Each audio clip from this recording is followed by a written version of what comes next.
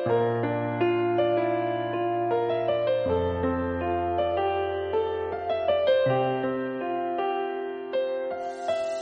ganito sa paligid ko?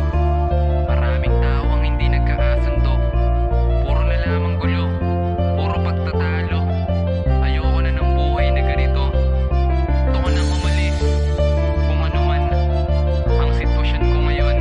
Basta, kung ano man ang makamit ko, yun ay dahil sa paghihirap ko. Bakit ganito ang buhay ko? Puro kahirapan ang natatamo. Kailan ko ba makakamit ang ginawang hinahanap ko? Bakit ganito ang buhay ko? Puro kahirapan ang natatamo. Kailan ko ba makakamit ang ginawang hinahanap ko? Gusto ko nang umalis dito.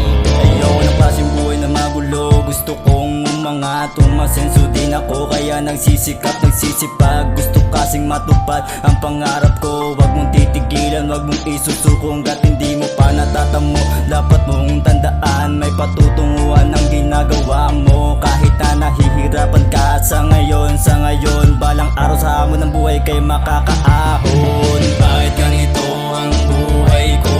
Puro kahirapan ang natatamo. Kailan ko ba makakamit ang ginawang hinahanap ko? Bakit ganito ang buhay ko? Puro kahirapan ang natatamo. Kailan ko ba makakamit ang ginawang hinahanap ko? Gusto ko nang umalis dito. Ang daming nangyayari, di ko na mawari. Bakit laging nangyayari? Tuloy-tuloy naman ako sa paglagari. Kulang pare ang ari-arian na dapat mangyari.